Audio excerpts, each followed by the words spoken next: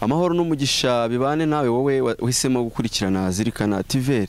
Amakuru yacu y'uyu munsi dufite mugenzi wacu waduteguriye icyegeranyo ku bubi bw'imvura, ku bubi bw'amazi y'imvura. Nubwo hamwe ikomeje kugenda ibura gusa naho yabonetse hari amazi bareka, afite icyegeranyo yaduteguriye, reka tumuhe umwanya. Ndagusuhuje wowe ukomeje gukurikirana Zirikana TV. Dukora buri munsi nawe ujye dukurikira buri munsi, gutyo urushaho kugira ubuhanga buhanitse mu byo tugenda tubategurira, twahisemo twizeho, twanarebye imbogamizi zabyo. Reka twivugire mu kubura kw'imvura. Imvura yo yabuze turatakamba, izuba ryava tugatakamba, ariko ntago iyo yabonetse dutekereza uburyo iba yabonetsemo n'ingaruka zayo. Amazi y'imvura ni amazi mabi cyane, gusa ntago navuga ko amanuka mu kirere ari mabi, ahubwo aho yaguye tukayarekera aho ngaho akagira aho abikwa, navuga hatujuje ubuziranenge, nibwo bubi bwayo burayahindura. Gusa amanuka mu kirere ari mazima asa nk'ayandi. Urabizi ko amazi nta baragira, gusa iyo yageze ku ibati, iyo ari umukara aba umukara, ryaba umutuku akaba umutuku, iyo ibati ndetse ari ubururu nayo yibera ubururu.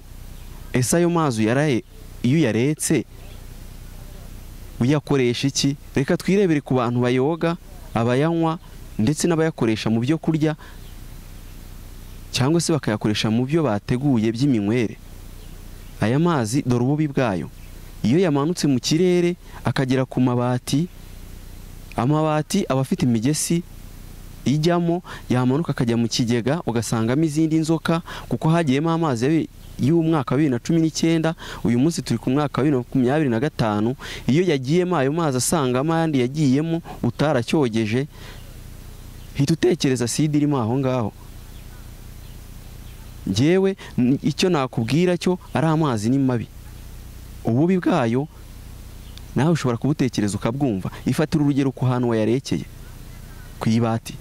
Iryo bati rimaze imyaka 10 riri hejuru y'iyo nzu yawe, ryazanye umugesi, gusa ayo mazi yaretse ukagura imiti yica ubukoko ndetse n'iyica bacteria, ayo mazi yaba ari meza. Amahirwe umugisha bihorane nawe. Utekereza iki kubisi yarameza amenyo?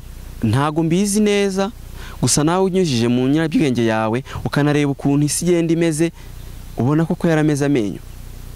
Mu 2023, 2015 ni impinduka zabaye kugeza ubu ngubu mwaka wa 2025, harimo impinduka zabaye hagati aho ngaho. Kera navuga nko mu 2000 abari bariho ndetse nawe wari uriho, cyangwa se niba utaronariho uyu munsi uriho, bakubwiye amateka, hari nayo ndetse wiboneye. Twatekaga ibishyimbo tukabiminina, yewe inyana ikabitegereje kunywa ayo mazi twita amaminwa, ihene ikabitegereje kunywa ayo mazi twita amaminwa. Uyu munsi ajya hehe?